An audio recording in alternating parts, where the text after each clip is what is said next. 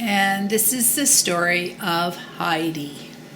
On top of a mountain in the Swiss Alps, Heidi lived with her grandfather. Their home was a hut overlooking the valley, and behind it stood 3 old fir trees. Heidi loved to hear the wind rushing and roaring in their long, thick branches. Heidi had a happy life. Every day in the summer she went up the mountain with Peter, the young goat herd. She knew the names of all the flowers, and she was friends with all the goats in Peter's herd.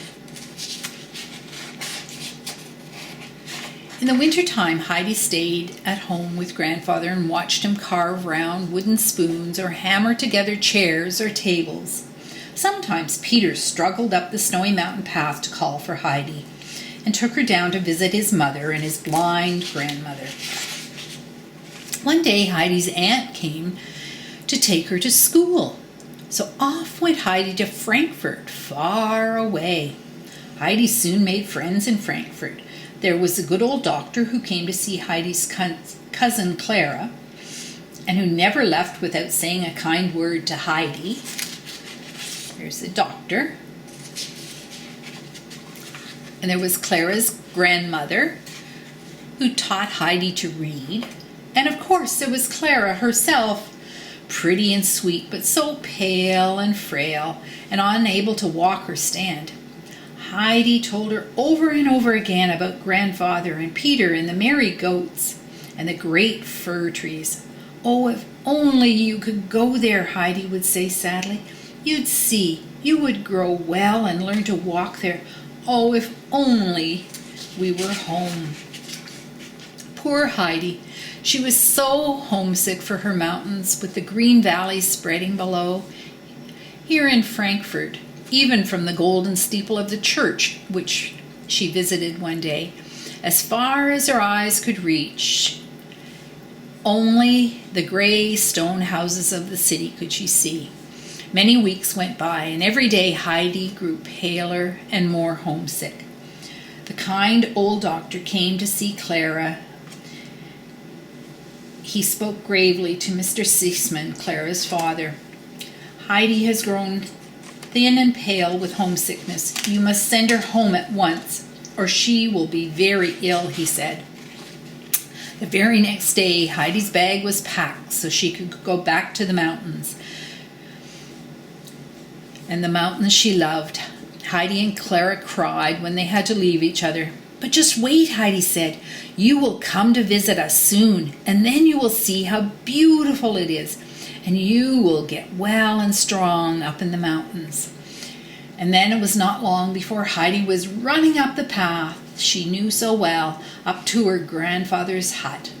Before grandfather had seen her coming, she had thrown her arms around his neck. "Grandfather," she cried, "Grandfather, I'm home. I will never leave again." Heidi had to run to see the goats and to hear the wind in the fir trees. She had to hurry down the mountain path to Peter's grandmother, who wept with joy to find that Heidi could read to her now. Every day, at least 6 times a day, she said to her grandfather, "We must bring Clara up here. Here Clara will get well and strong."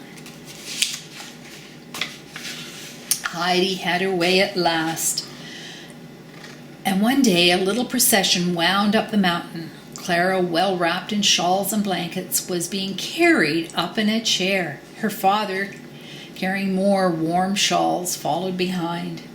"I'm going to stay with you," Clara told Heidi, her soft blue eyes shining. "I'm going to stay with you and grandfather and Peter and the goats for 4 whole weeks. Then father will come back for me." Heidi could do nothing but hop for joy. Every day after grandfather carried Clara up, every day after that, grandfather carried Clara up where Peter kept his goats. He put her down on the warm, sweet grass, and then Heidi would pick flowers for her friend or sit beside her to tell her the names of all the different goats. Every day, Clara drank great bowls full of sweet goat milk. "This is so good," she sighed, and I'm so hungry. At home, I never like to eat."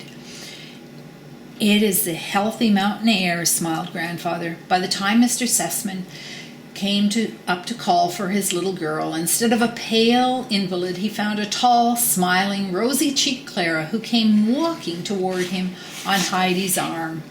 Mr. Sessman ran up and clasped her in his arms. "How is it possible?" he cried. "How is it possible?" And Heidi kept dancing around them both, singing happily. "I knew the mountains would make you well. I knew that they would make you well." And that's the end.